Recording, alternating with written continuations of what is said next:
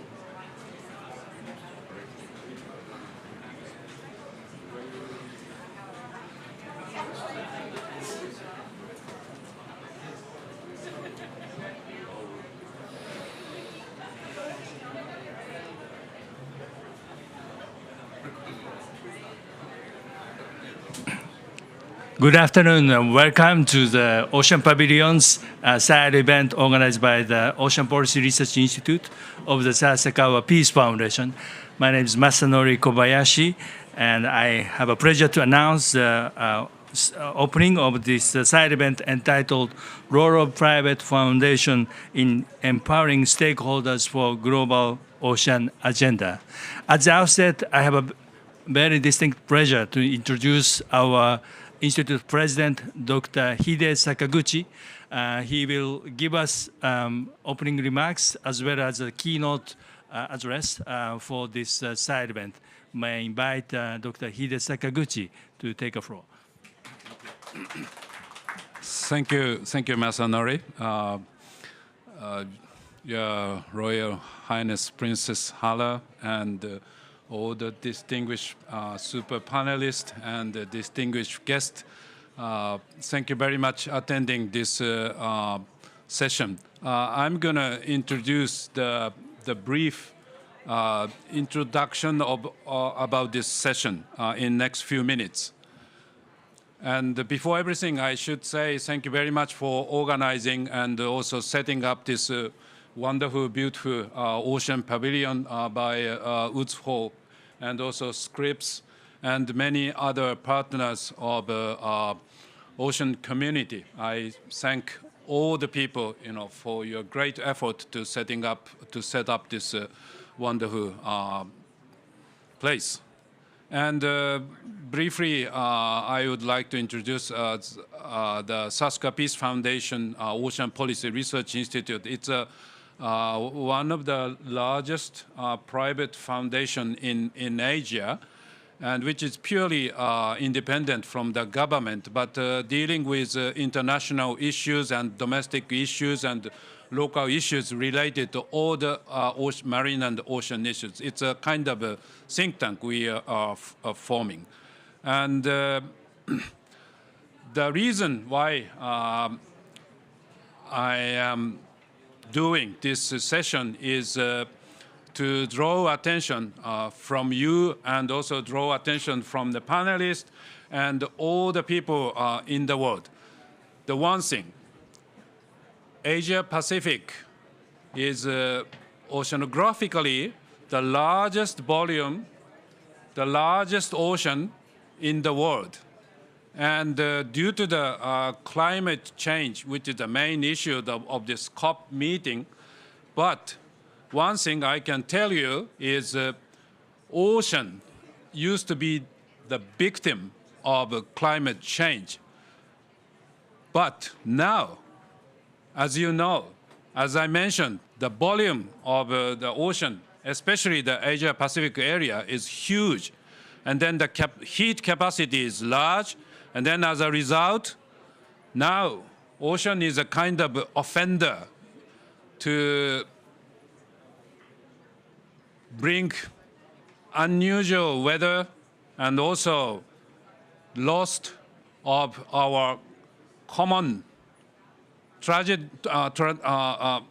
pleasure, and also everything in the ocean will be damaged. So now ocean is a key issue. Used to be the victim, but now it's an offender due to climate change. So we must be really careful and we must be aware of that. And especially in Asia-Pacific region, as I'm going to introduce in the slide, you know, presenting using slide is old-fashioned, I know, but for example, this is just an example about fishing issues. In the last 30 years, it increased nearly 20% of the total, you know, fish catch. But the point is, in Asia-Pacific area, almost 70% of the total fish catch, global total fish catch, is caught in Asia-Pacific area. But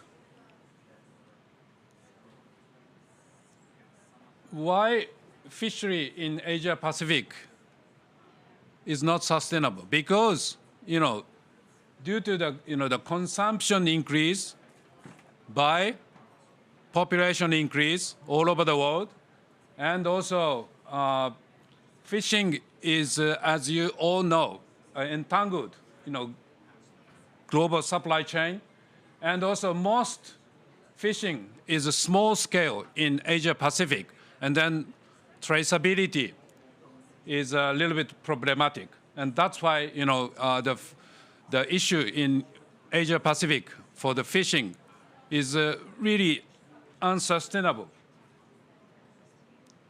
And this is the diagram for the future of fisheries change. The red color means decrease, decrease, decrease. So it concentrates along the equator and also along the Antarctic. That means most of the fish migrate from equator to Arctic. And for the Antarctic area, it's so-called oligotrophic. That means less plankton. And then as a result, you know, less fish catch expected in next 20, 30 years in this area. And also, the yellow circled area is so-called marine protected area.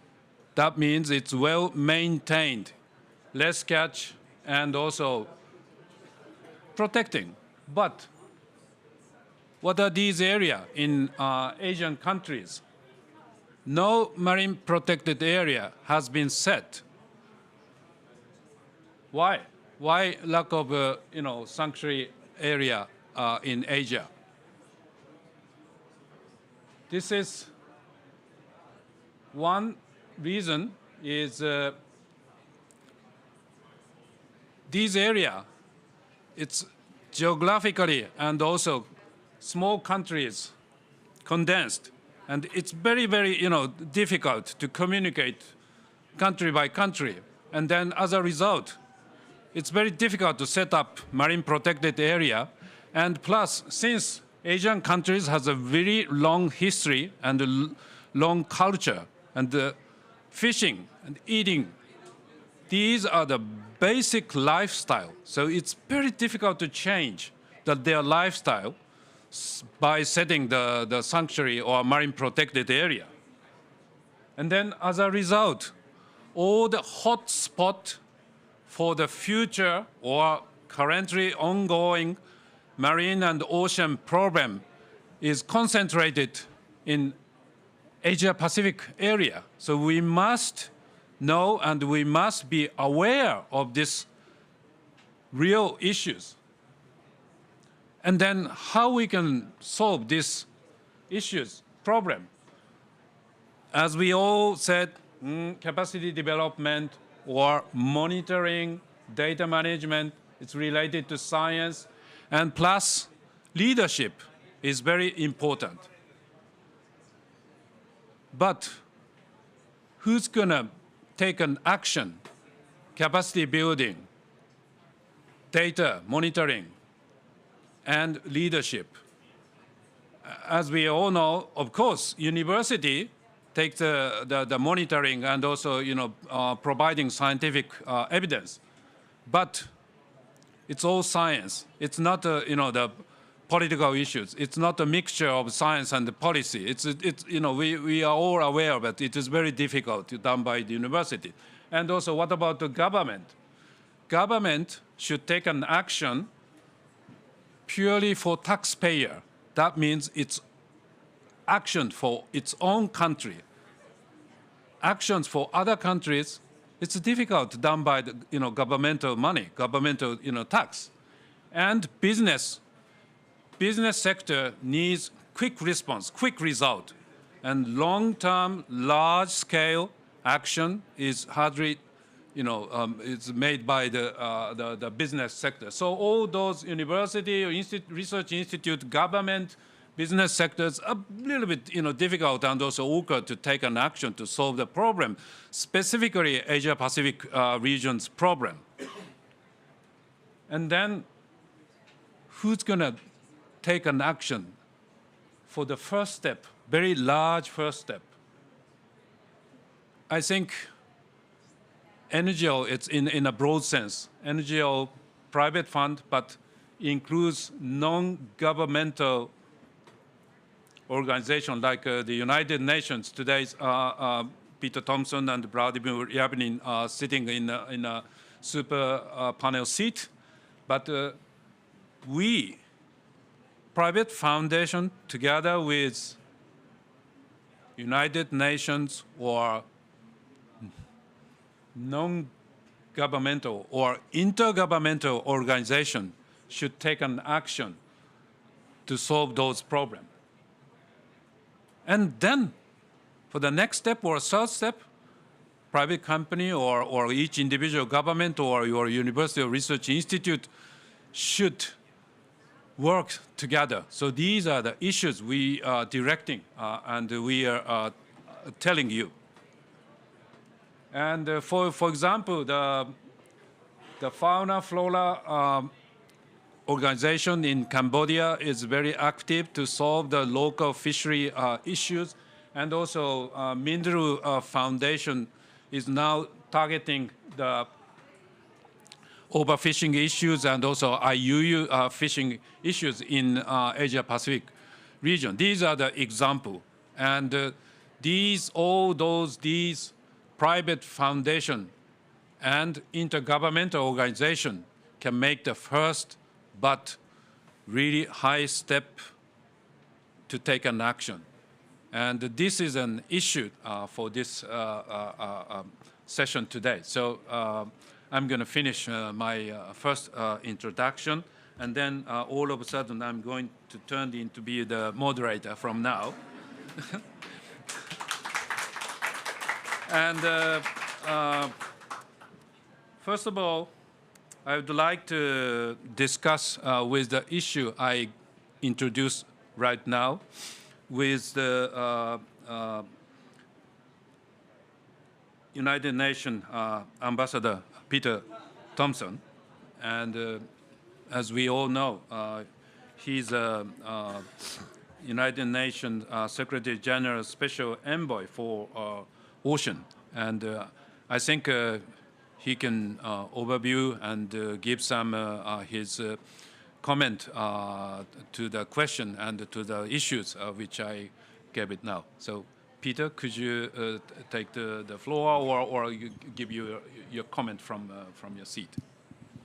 Thanks very much. Thank you for the opportunity of addressing everybody here on this subject and to sit on such a distinguished panel. First of all, I would agree entirely with that slide where you said that the first step has to be NGOs and foundations and academia, and that's absolutely so. And I think increasingly private sector, you know, the banks and the corporations are all knocking at the door and saying, how can we get involved? For some of them, it's greenwashing, that's true, but I think there's a genuine ESG urge also to be part of this big wave of ocean action that I always talk about. There's this very positive wave of ocean action that has been going around the planet for the last 2 or 3 years. Just incredible to me what is being achieved. But two things. Firstly, that you're correct. We need to have the non-governmental sector for that first step, and I could give you 100 examples of that over the last couple of years and stuff coming up over the year ahead. So I would agree with you 100% on that. Secondly, I would agree with you, and I think you said it, that Asia-Pacific and Africa are not absent, but they are not properly represented in the world of ocean science. And in fact, I've seen a very good map, which my good friend and colleague, Vladimir Ryabinin, has shown me many times, of what the world looks like on the basis of scientific papers published, actually in English, but scientific papers published on ocean science. And it's a complete distortion of the world. South America is very small. If you think of, let's say, United Kingdom being the size of an apple, South America is about the size of a grape. If you look at Africa, it's almost not on the map, apart from South Africa. South Africa is like a small grape on the bottom of it. So my point being is that you are correct. And in the Asian side of things, it's basically Japan and China. And so there is this distorted representation of ocean science in the world, which I have to say I think is starting to be corrected. I just came back from Morocco a couple of weeks ago. There's huge engagement now. The Royal Academy of Science in Morocco is leading this charge. We had the Blue Africa Summit there, and you could see that, really stepping up now in ocean science. South Africa was there as well, and they were telling us about what they're doing. I've just come back from China. When you go up that China coast, Xiamen, Qingdao, Shanghai, they've all got huge research vessels just purely on ocean science and willing to share, wanting to share with science around the world. But generally speaking, Asia-Pacific and Africa, very underrepresented in this field, and we have to change that.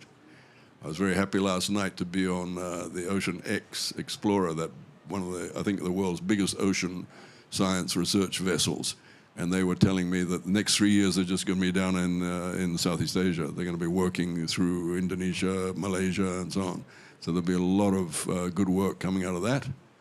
The night before that, I was down on the Kuwaiti research vessel. They've got a beautiful research vessel just been commissioned, and that'll be mainly working in the Gulf and the Arabian Sea, and they've got a fantastic group of ocean scientists, so they'll be churning out good stuff as well. So I think, you can see that it's happening now. Behind the eight ball, but it's rolling now. And I really expect Asia-Pacific to be producing good work in ocean science over the next few years. But I worry a little bit about Africa. We have to think more about how that can happen. And this is not just conjecture. I was checking with the organizers of the Barcelona Ocean Science Conference, which is happening in April next year. And there's over 4,000 people who pre-registered for that already. And I was saying, well, how much of that is coming from Asia-Pacific and Africa, which is more than half the world, right? And they said, probably about 20%. So again, that's wrong. It should be 50%. So there's work to be done, and I'm glad to see so many people in the room from Africa, and Asia Pacific. Thank you.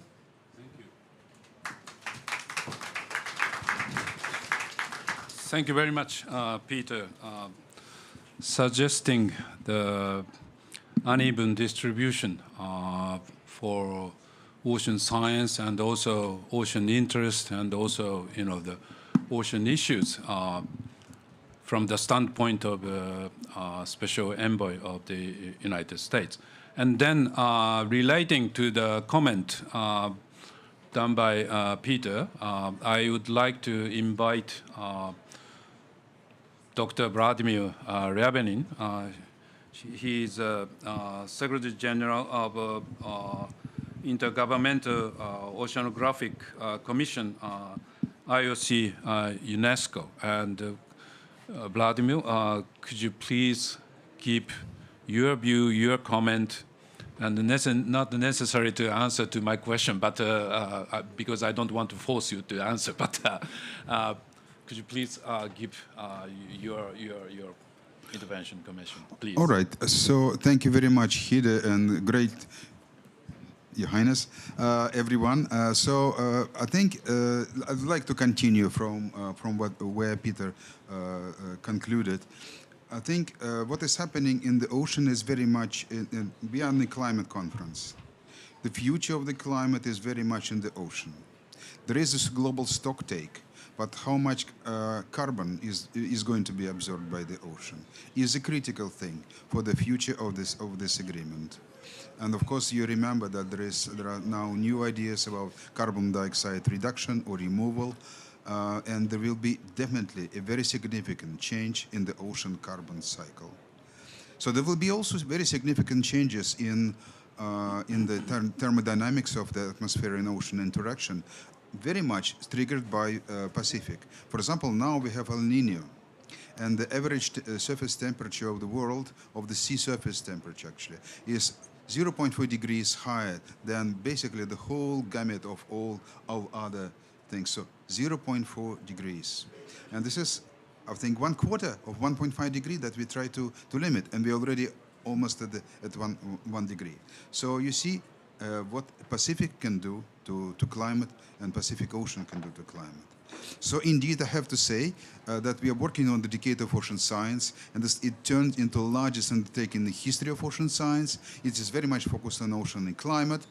And when we look at the distribution of leaders, of participants in the Asia Pacific, in the seats and also in Africa, we see that we really need, let me put it politically correctly, we need to increase that thing. So this is really important. So what we have to also take into account the interests of the regions. What is the priority for Africa? Africa is dreaming about ocean economy.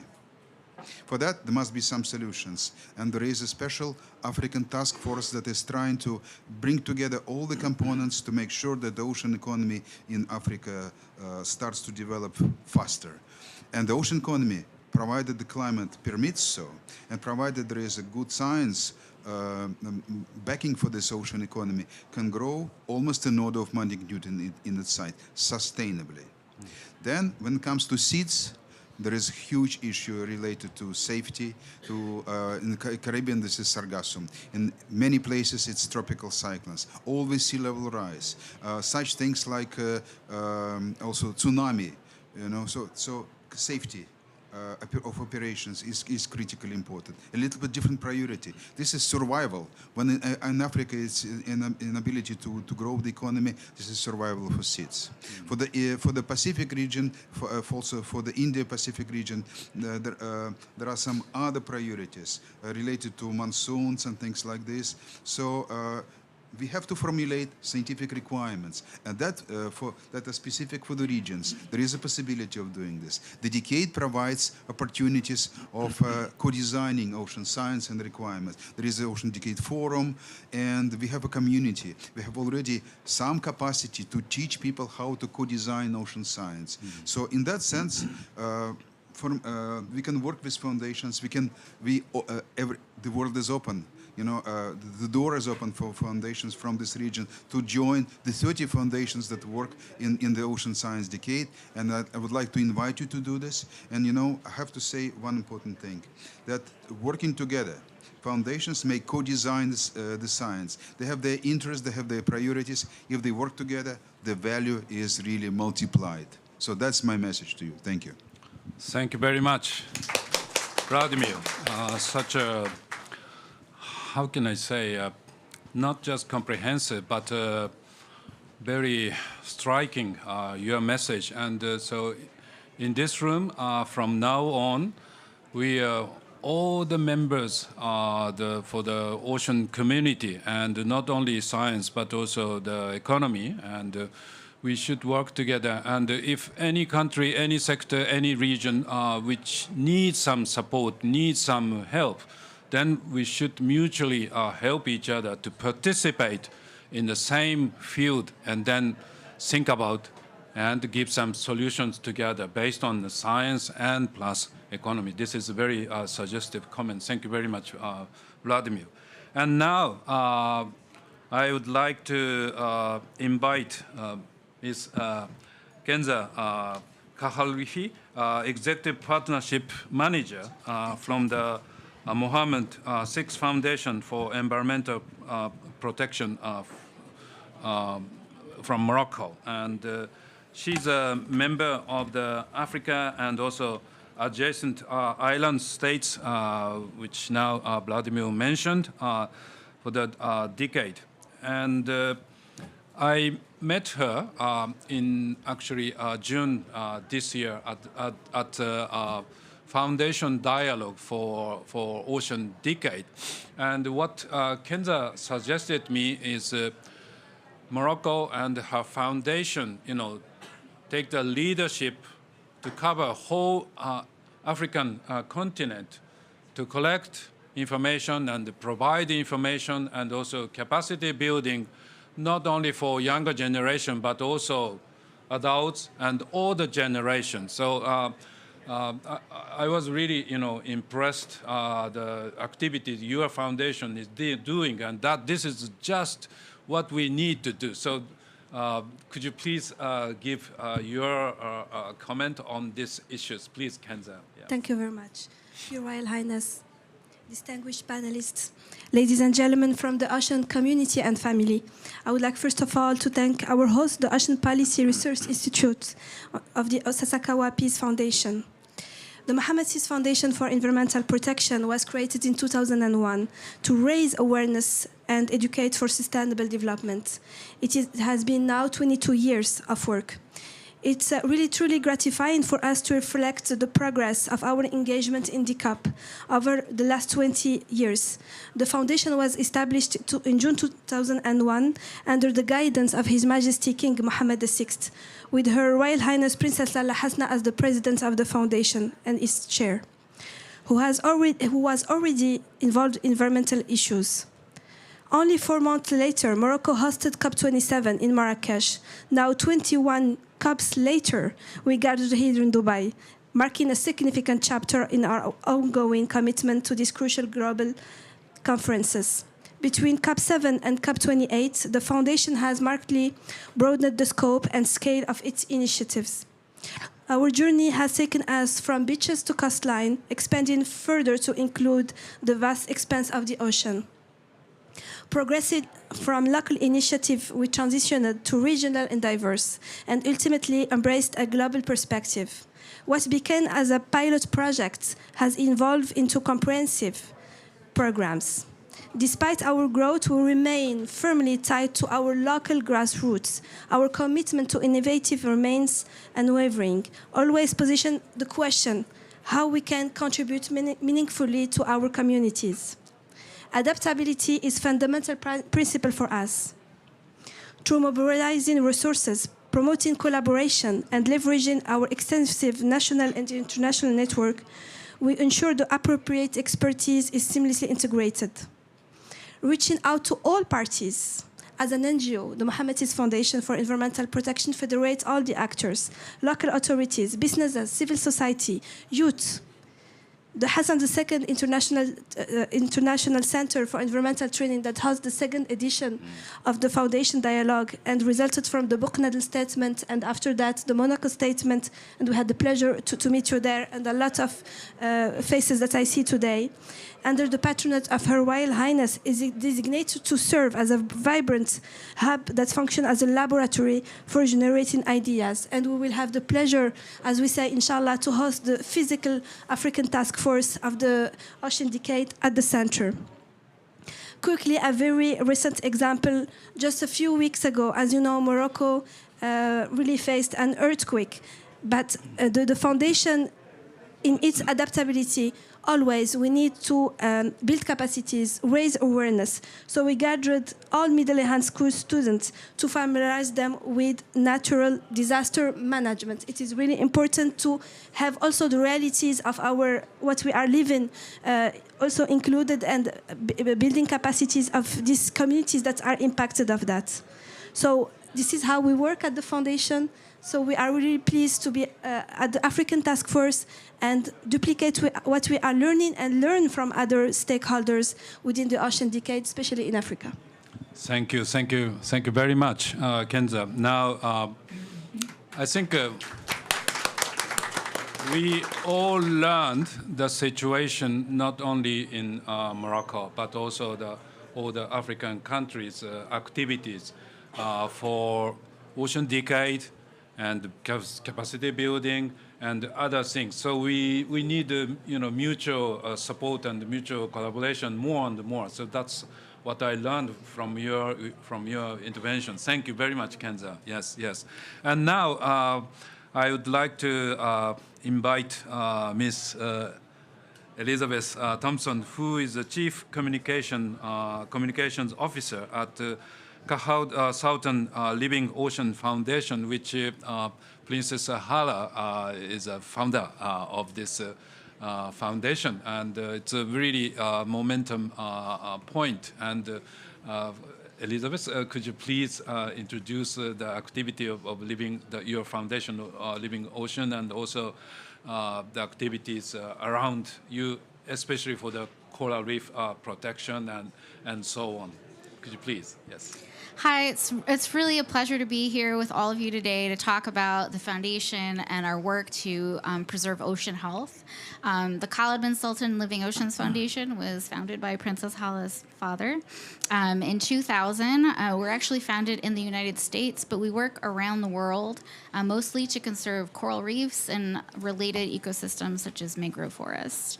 One of our signature initiatives to date has been the Global Reef Expedition, which traveled around the world, visiting 16 countries, surveying over 1,000 reefs. It brought together 200 scientists from dozens of countries, working together to get a global standardized assessment of the health of coral reefs. What we found, it was sad and exciting at the same time. So we really uncovered like a coral reef crisis. And the time that we were doing the research, it was really just starting to unfold. But now the coral reef crisis is quite well recognized. We saw overfishing in almost every reef we surveyed. There were signs of stress on almost every reef. But there were lots of signs of hope. Everywhere we went, there were people that were really working to make a difference. And now that the Global Reef Expedition is complete, we're now focusing on turning what we learned into conservation action and going back to some of the countries that we worked in and really helping communities monitor and manage their reefs and other coastal marine ecosystems. We have started a pilot project in Benga Lagoon in Fiji. It's one of our UN Ocean Decade projects, so it keeps on coming up over and over again.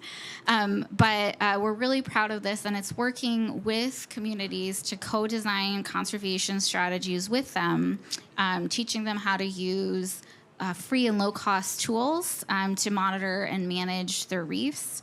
And also at the same time improve ocean literacy among people of all ages and genders. And so that's really a critical component of the foundation. It's kind of what sets us apart. We don't just do science. We do science and outreach and education and use that to really address ocean conservation issues. And we have found that that has helped a great deal. And so in order to do that, I know there's some other people here that work on ocean education. I just wanted to mention some of our efforts to improve ocean literacy. We have a coral reef ecology curriculum that's great. We're working on expanding that. It's in English right now, but on the new platform, which should launch next year, you should be able to translate it into any language. We just came out with a coloring book, which we're working on translating as well. If there are any volunteers, I am here. And so we have like a VR experience and all this other stuff to really engage people in ocean conservation and get people from a young age to do that.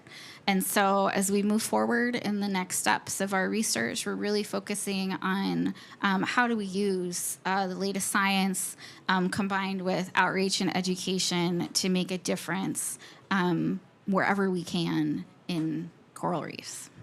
So. Thank you very much, Elizabeth.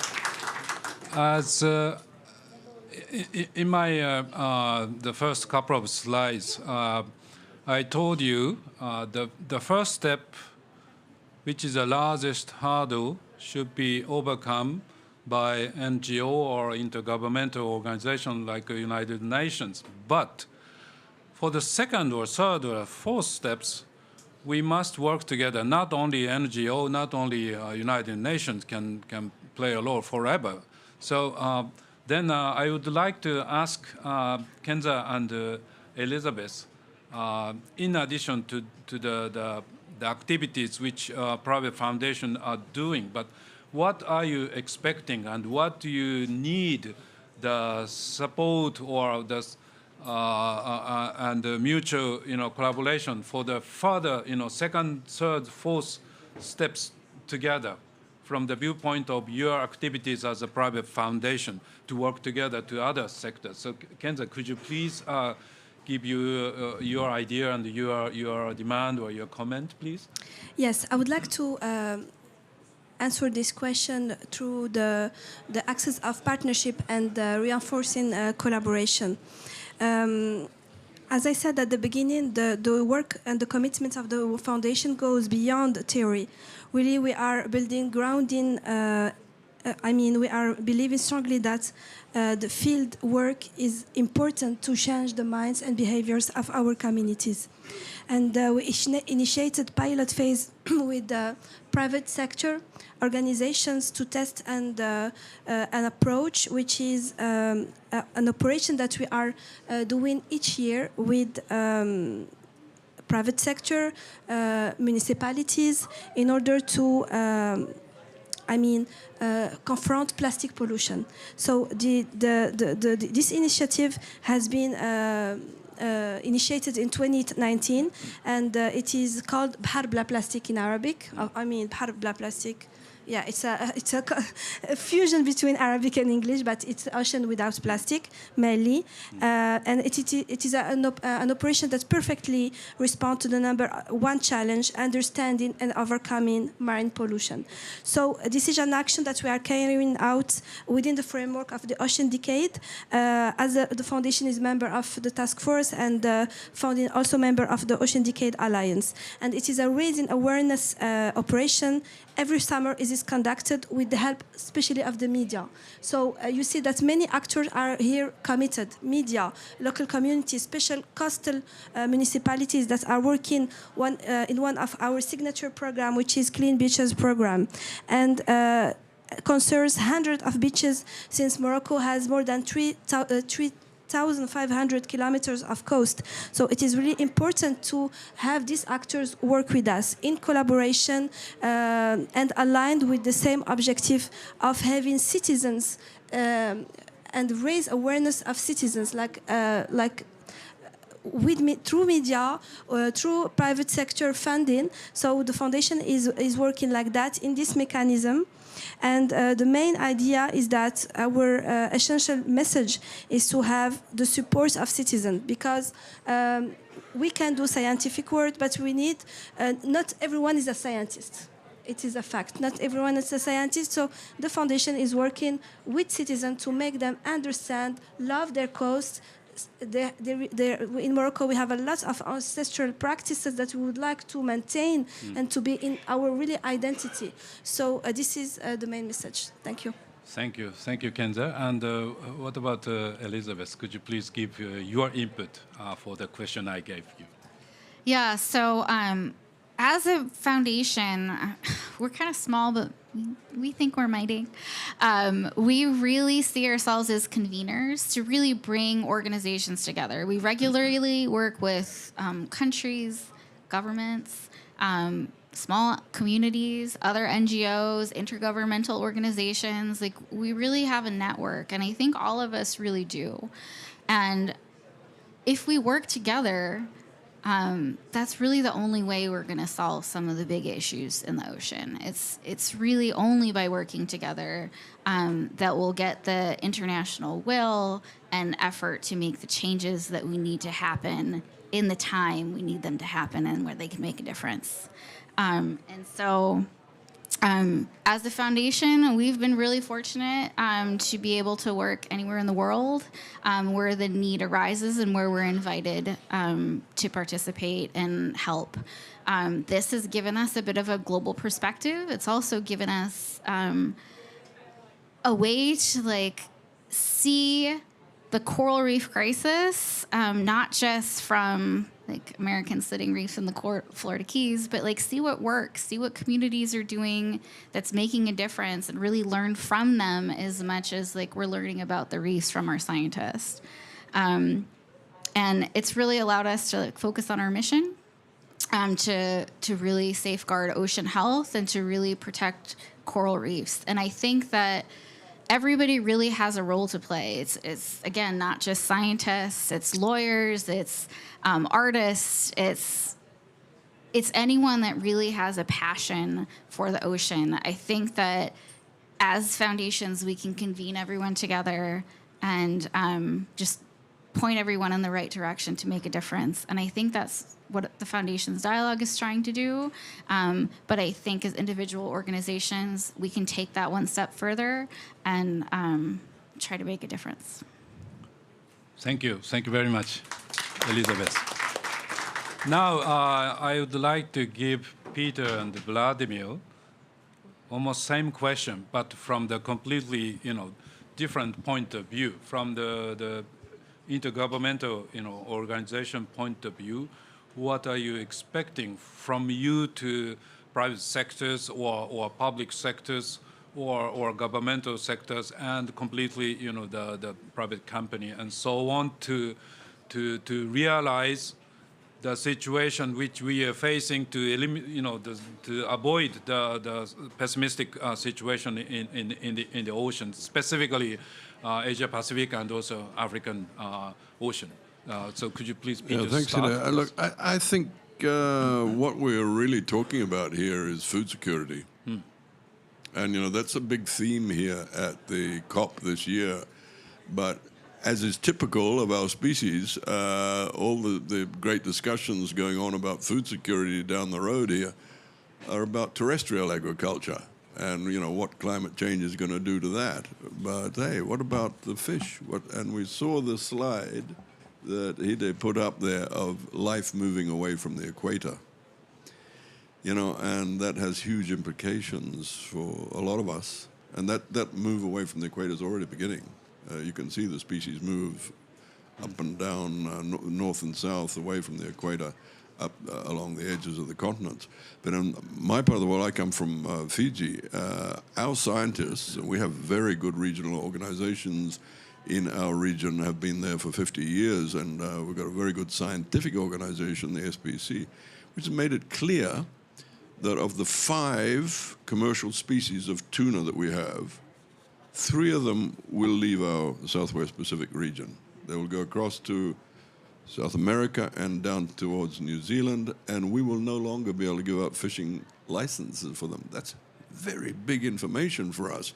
Because if you take a country like Tuvalu, 90% of its foreign exchange comes from fishing licenses. And we're saying 3 of the stocks of tuna will be gone. So this is entirely because of climate change and atmospheric changes and heating the ocean and so on. So this is a food security matter, but it's also economic implications for the countries that are in the tropics. So I think that is, what we really should be focusing on here when we talk about the ocean climate nexus in the context of today's discussions. It's a serious business. And where do we take it? Your question. Well, I've already mentioned the Ocean Decade conference coming up in Barcelona in April next year. I think it has to be a big feature of that. Certainly, it will be a big part of the UN Ocean Conference in 2025. But there's another conference which I'm working on creating now, and it's been announced already in the Pacific, the Honiara Summit, where we want to address this issue of, what's going to happen to all our fish. And that's SDG 14.4. That's the fisheries target. And so we're having a summit in Honiara in the Solomon Islands in last week of July next year. And we'll be inviting people from all around the world, especially those from tropical areas, to address this subject of how we're going to handle this. The fact that life in the ocean is changing fast. Thank you. Thank you. Thank you, Peter. And I would like to ask Vladimir your input from the viewpoint of Many thanks, Hide. So we are here for the climate convention. And there is stock take, there is a plan of action, so it has some bearing on the ocean. There is also a convention on biological diversity. There is this new framework that is going to take it forward. The idea is to have 30% of the area of the planet protected. So, Peter, you spoke about 2030, indeed. So then there are some ideas related to fisheries. So you see, this is my usual statement already. So ocean is like a sick patient with many diseases, and it's treated by many doctors. Problem is that doctors do not speak to each other. We need to cure the patient. And in order to cure the patient and have benefits in the climate and biodiversity areas, we need to have a plan of working in the ocean, in the United Nations system. And I think we can develop this plan. And the conference of United Nations in Nice on the ocean may be actually the triggering point for this. What comes from science, we know that science can support this plan. The decade is helping with this. And in the result of Barcelona conference, we are going to have more or less a vision of what is moving forward faster, what is covered, where are the gaps. So then we will have to cover the gaps. And this is exactly the area where philanthropic foundations, private sector, and many other organizations can come in, because these gaps will be identified. And then your contribution, particularly to those issues that are lagging behind, will be incredibly important. And that also brings us to the region, because gaps will be, I would say, thematic. There will be also regional gaps. And the work in the regions can be also really, I think, spearheaded. And the good thing is that this work is not just because you like to do this or you have habit to doing this. This will be really contributing to what is missing in the pot to make a good soup. So that's the for the first time in history, we know what needs to be done. We have a target, and we have a more or less controlled process of looking at what is going forward, what is going lagging behind, regionally and thematically. So that is a fantastic market for activities of philanthropic foundations particularly. Thank you. Thank you very much, Vladimir. It's really important input. Owing to my super good controlling of this session, we have plenty of minutes to have the dialogue, question and answer. So please don't hesitate to raise up. Okay, so you're the first. The microphone should, yeah? Where's the microphone? The real last. That's over there, the red shirt.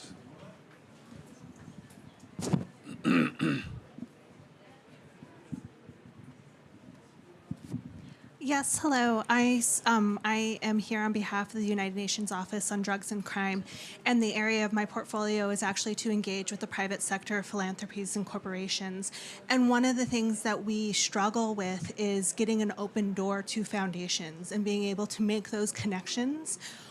Would one of you or all of you speak to how we can make that more available to all organizations? Because I truly do believe that the convening of multiple stakeholders coming together can fill those gaps, and that there's direct opportunities for philanthropy to close gaps for things that member states need, but can't necessarily pay for on their own or with the help of donor states.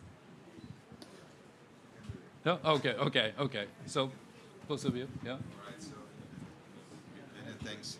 So I think, I cannot give you a precise answer to your particular question and to your particular situation. But I would like to give you an example that will take us back to 2017 when IUC started to approach philanthropic foundations. And the door was locked. Because philanthropic foundations believe that, at the beginning, that you're basically chasing their money. So, in reality, the situation has now changed dramatically. And bringing together the foundations, giving them the sustainability platform for contributing, giving them a plan, making them working together and multiplying their input is a totally new arena. And now foundations really want to work with us. They would like to work together. They would like to co-design activities in the ocean. So I think the most important message is to give them the platform for making their investment even more efficient. And such things like the Decade of Ocean Science have been successful in doing this. So and then you have to find a way of kind of projecting this experience on what you particularly do yourself. Peter? You want to add something? I think Vladimir has put it very wisely. I think you've got to sort of flip your thinking on this, because it's not a case of chasing the money of the foundations. It's a case of partnership. You've got to see it that way. And I've seen plenty of foundations which have floundered in what they're doing because they tried to do it on their own, and they didn't do it in partnership. So if you're having a genuine partnership, you're bringing something to the table. Okay, their money is going to make the ball roll, but there's no ball to roll for the foundation if they don't get into a decent partnership. So I think, I'm not sure that we've answered your question. I mean, everybody's trying to get through the door of a particular foundation, but there are thousands of them. So, it's just keep knocking is the answer there. And just be aware that you're not going around with a begging bowl. You're actually offering them an opportunity to partner with a genuine project. Thank you very much. And the next one, yes, and then later, yeah. Thank you. My name is Shamim. I'm from the United Republic of Tanzania. And Mr. Peter, you talked about the uneven distribution of ocean science, especially in the continent of Africa. But then as someone who works in the social science perspective and also, of course, policies, one thing that I would like to ask or understand is that are there policies or frameworks that are limiting these countries to be part of this kind of platform to address these issues?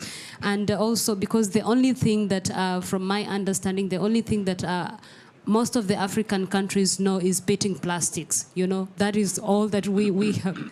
Sorry?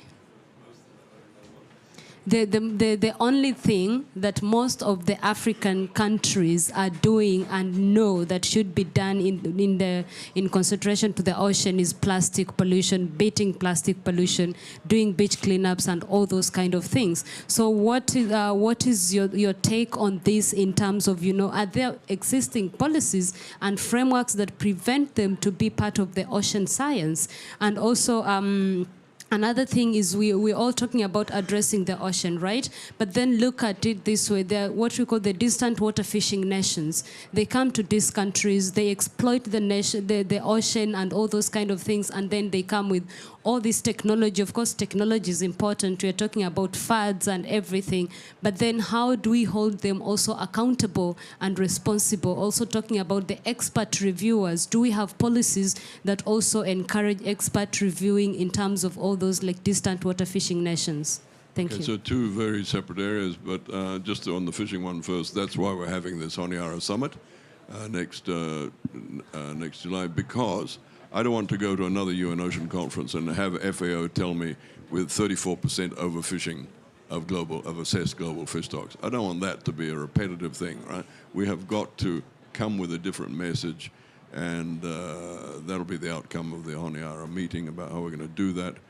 It's a tough fight, you know. The overfishing is basically coming from industrialized fishing fleets, right? I won't name the countries, but there's only half a dozen of them are doing it. It's not one country; it's half a dozen of them, and you know, they're countries which can afford industrialized fishing fleets. So that's where the problem's coming from, really. That and poor governance, and so our summit is aiming to improve on those two areas, and you'll see the results. On the first one, ocean science, look, I don't think the only barrier to the South getting more involved in ocean science would be, firstly, its own priorities. Like, we have a very good regional university in my region, the University of the South Pacific, and I've been saying to them for years, look, everybody wants to partner with you because, you know, you're spread throughout the Pacific Ocean. They have campuses in all the different islands. But, you know, they have other priorities, you know, because they're developing countries. You know, they've got to train economists, they've got to train lawyers, they've got to train doctors, and et cetera. So it's a case of, again, just lifting the ocean profile and making, you know, President Kenyatta said to me, Africa's had its back to the ocean for so long. You know, we've got to turn around, face the ocean, realize the potential that our continent has. So it's a priority matter, really. There's no barriers. Obviously, money's a barrier. Nice to have a research vessel that you'd own in Tanzania and just go up and down your coast there. But there are plenty of research vessels in the north that would love it if one of the academic institutions or the government of Tanzania would say, come down and work with us for a year, you know, would like to partner with you on ocean research. And of course, that's going on already in places. But no legal barriers or anything. It's just a matter of priority, I think. Thank you. Okay, just quick answer. I mean, very, very quickly. Yeah. So I would like just to tell you that last November, this is November now? No, it's December. So in November, IUC conducted 2 meetings in Tanzania on ocean literacy and then maritime special planning. Why ocean literacy? We need to basically change the understanding of what ocean means for the world, also for Africa. So that was in Tanzania. And then if we understand that this ocean is central for them, then we need to start managing the ocean. And the focus is on maritime special planning, again, developing ocean economy. So Africa will change. Be sure. You will do it. Thank you. Thank you. And the question you're giving to either Elizabeth or Kenza? Yeah, I think. Okay, good. But I think it's for all of them. Yeah. They can answer. Yeah, please. First of all, thank you. My name is Andreas from Indonesia Ocean Justice Initiative. And I would love to hear from all of you about one important thing that I personally feel that always being left out from the table. Like what you said, we are like healing a patient, but the doctors is not talking about one to another. I do believe that when we talk about ocean conservation, we want to make our ocean more healthier, we always forget to talk about strong governance, rule of law, maritime security, because I think it's useless if we establish a lot of MPAs without having a strong governance, institutions, enforcement mechanism, and everything. So do you think it's important for every foundations, not just foundations here, to also put into the table in every project that they have, conservation and everything, a portion of how to improve the governance, how to improve the capacity of that state to protect it. Because, signing a paper establishing an MPA is easy, but to make that MPA really working, you need a strong legal institutions, right? From the enforcement to the judiciary. So do you think that it's important to have always that portion in every project that we have? Of course, science is important. Engaging with community empowerment is important. But this issue, I feel personally, is always, people forget about it. So I would like to hear from that. Thank you. Yeah, so this is actually an issue that we've come up against in terms of, hey, these are our findings. These are our recommendations of what you should do, but there isn't the governance. It just doesn't exist, and it's a bigger problem than we could really tackle. So the way that we figured out how to work around that problem is to approach it from the governance that does exist. So in a lot of the small island nations that we work in the Pacific, there's a very strong indigenous community of traditional leaders that have a very strong history, especially in Polynesia, of community-based marine protected areas. And so since we're focused on coral reefs, it makes it a little easier because they're all near shore.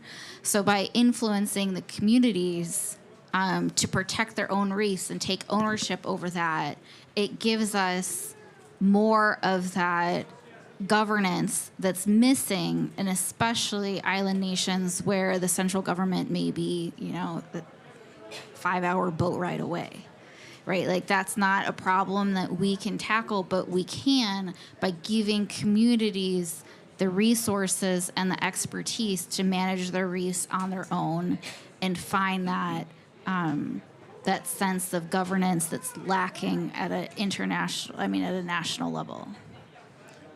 And Kenza? Yes, thank you. I would like to jump and answer this idea of having the governance of a project. I would like to give the example of the ocean literacy. Now our foundation is working to develop and implement an ocean literacy that is adapted to the Moroccan national context. So as foundation, the key success of that is to have the Ministry of Education on board. So we cannot move alone without having the Ministry of Education and the national curriculum integrating these subjects, like the ocean education. Why? Because it is, if we have the Moroccan national curriculum, for example, the ocean you will find is like cross-cutting in scientific subjects.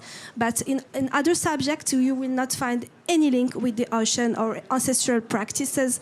So the foundation, within its project with the Ministry of Education, is working in parallel, having the global ocean literacy program, adapting it to Moroccan context, geographic needs, and especially making capacity building for teachers to help them understand that it's not an extra to do.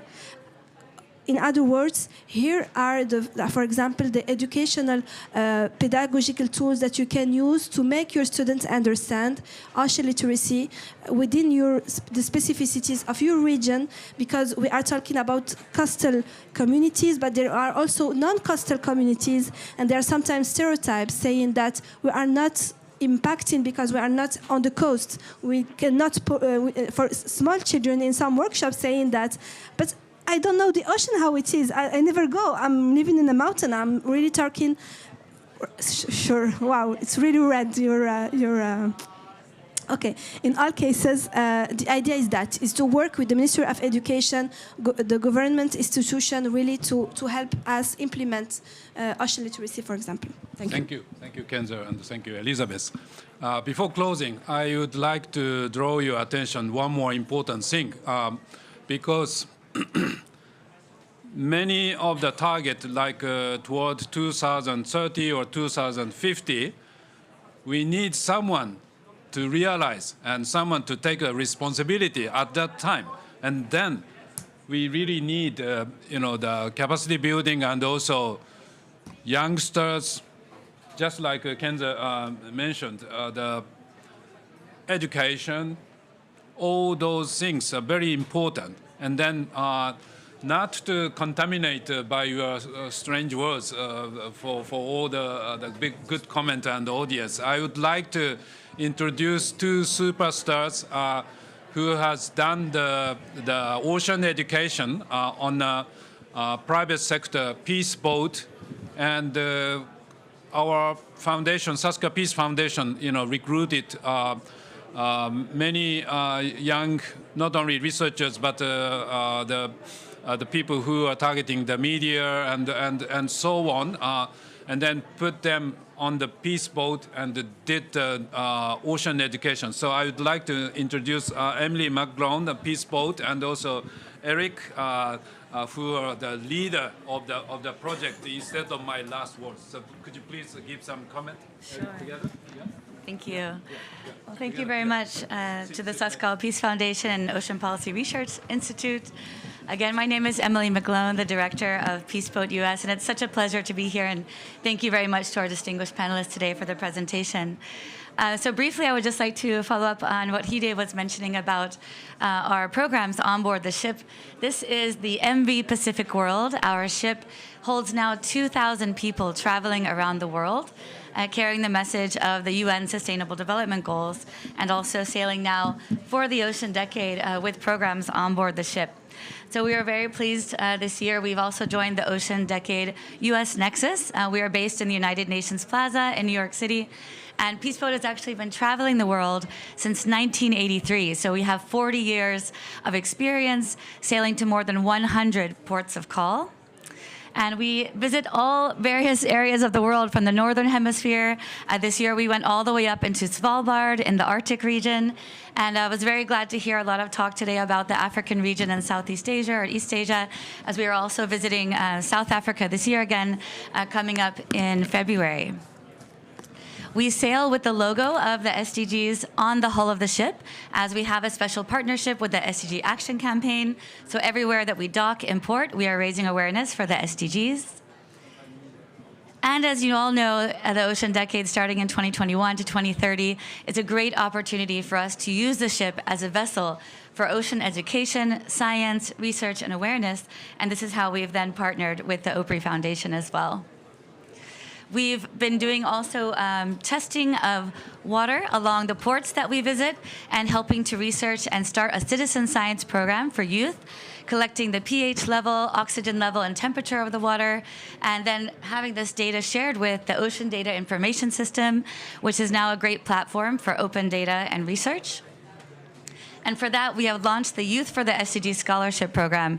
And this is where also OPRI has been able to collaborate with us. So for young people ages 18 to 30 years old, we're offering the scholarship for them to come with us and join us on board. And we have 7 of our Youth for the SDG scholars here with us at COP this year as well. So the idea is that we're doing capacity building, training, citizen science, and engagement with local coastal communities, taking action as well, doing beach cleanups and mangrove reforestation, and then bringing those activities here as well. Of course, SDG 14 is important to us because we are sailing on the ocean, so coral reef restoration is also something that we are dedicating our time to. And our goal is that by the end of the UN Ocean Decade, we will be sailing on board our eco-ship. This will be a transformative program for the ocean. We hope to inspire all ships around the world and transform the maritime industry to reduce our carbon footprint and eventually to have a zero carbon emission ship. So we were really pleased this year on UN World Oceans Day on June 8th. We were officially endorsed as a contribution to the UN Ocean Decade. And we have here a report also that we brought together we're happy to share with you. And we've launched our next program for the Youth for the SDG Scholarship, which will be in Patagonia this year, traveling to the glaciers of Chile and Argentina and the land closest to Antarctica. And we are going to be dedicating our ship to the voyages for the Ocean Decade of Science for the next 10 years until the end of the Ocean Decade, when we will have the eco-ship sailing with us, bringing experts, scientists, and youth together. So I'd like to pass over the mic now to Rick, and he can share a little bit about his experience on board. Thank you very much. Thank you very much, Emily, to the panel, as well as Your Highness, and to everyone in this room. So good afternoon, everyone. I will be sharing more about the OPRI Ocean Leaders Program aboard the Peace Boat last September. But before that, I would like to introduce 7 of us ocean youth leaders, starting first with Marilu Souk, who is from France. She is a blue tech entrepreneur. Luca Vincent from Austria, who is into marine conservation. Krishnil Nand from Fiji, who is working on environmental policy. Ulcia Orea Marino from Mexico, who is doing research on coastal and marine resilience. Valerie Selali from Kenya, who is a DNA barcoding expert. Isaiah Thomas from Trinidad and Tobago, who is a climate advocate. And yours truly, my name is Rick Alindayu. I'm from the Philippines, and I do work on marine plastic pollution. So all 7 of us are ECOPs, or early career ocean professionals from different fields and regions around the world. And we were given the opportunity by OPRI to board the Peace Boat and learn more about ocean sustainability issues from the ports of call that we visited.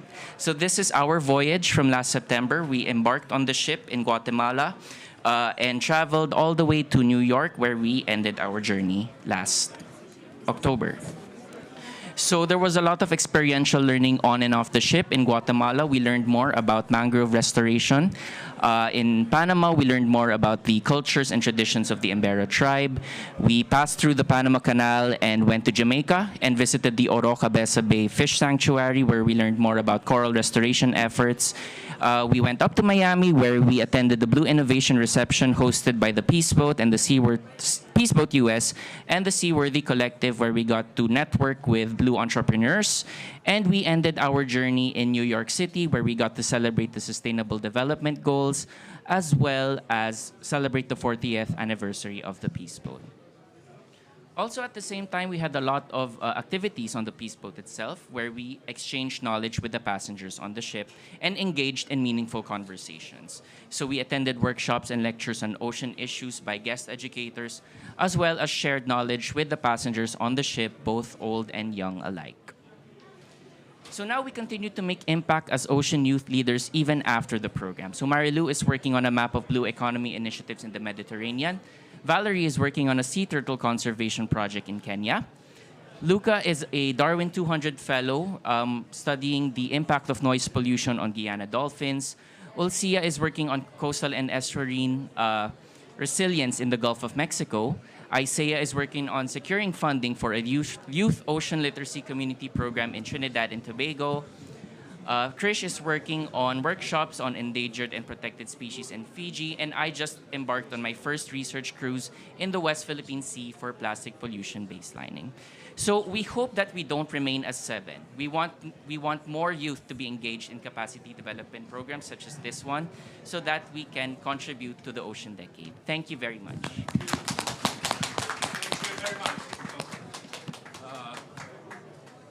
Please keep every information we made today in your mind, and then bring back to your work and also to your country, and then share with them. Thank you so much. Yeah.